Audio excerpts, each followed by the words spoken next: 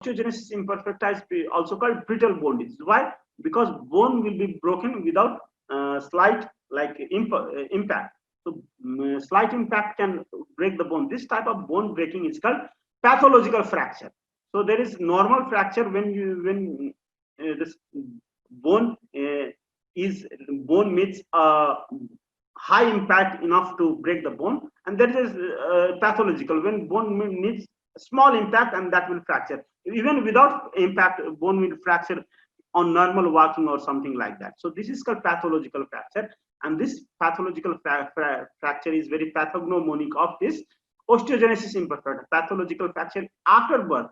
So what happens is in children, when during birth also there can be pathological fracture in such patients.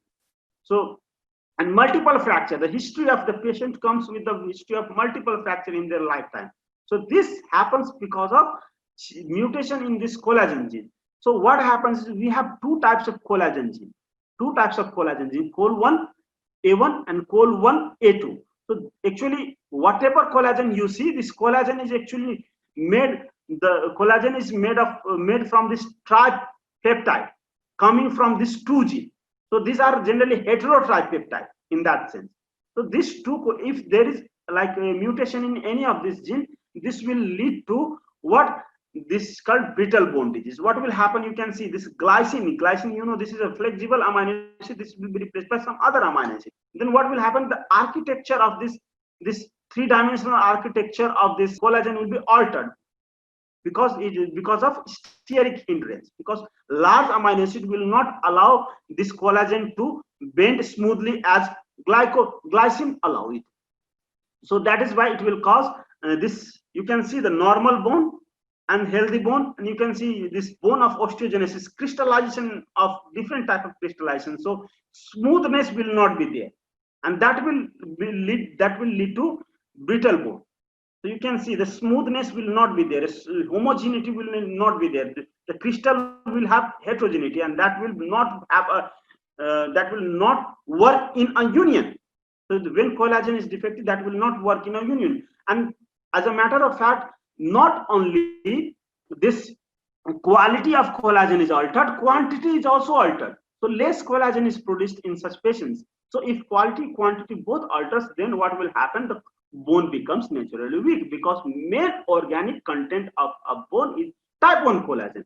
And see, all this disorder, whatever we talk about the defect of collagen, disorder of defect of collagen, this all or other protein, this all are autosomal dominant, except few. There are always exceptions, except few. I will tell about them.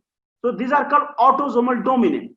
Even you have two chromosomes, even if there is defect in one chromosome, it will lead to disease. This is called autosomal dominant disease. So these are all autosomal disease. So there are many types. You can see type 1, type 2, type 3, type 5. Different type of mutation happens in different type of mutation. And this mutation actually, and with this severity is involved with this type. So type 2 is, you can see the most severe type will be type 2, and other are also severe. Type 1 is the least severe, mild condition. Generally patients have this mild condition, type 1. If osteogenesis, because you can see 1 in 30,000 is related to milder condition. Okay, and then second highest is this. So these are the you can expect the symptoms from mild to very severe based on this type. Now, what are the presentation? As you know, the bone is defective, so pathological fractures, history of multiple pathological fractures will be for sure. And then this type 1 collagen is present in bone, so pathological fracture. It is present in tendon. It is present in cornea. So cornea, and that is why blue sclera due to translucency of connective tissue over choroid due to lack of collagen. So sclera, in sclera collagen is defective, collagen is not present. And then this, why does this difference happens? In ear there are three bones, malleus, incus and stapes inside the bone, and these bone require collagen. If collagen is not there, so this bone will not, middle ear bone will not be functional. So that will cause a conductive hearing loss, a very peculiar to osteogenesis imperfecta. Other places you may see like sensory hearing loss, but here you will see conductive hearing loss.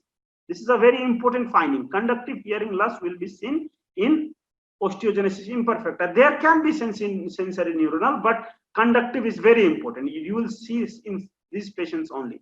You will see in 50% of the patient, because you see many patients will have milder condition. That is why in those patients which have a little bit severe, so those will have conductive hearing loss or mixed or sensory neuronal can be there in very few cases. The main important is conductive hearing loss, and then abnormal middle ear bones. Because of this, there will be conductive hearing. And you know this collagen is present in teeth also. That is why dental abnormality. Dentine, cementum, all will have problem, because dentine, cementum, enamel, even enamel require collagen.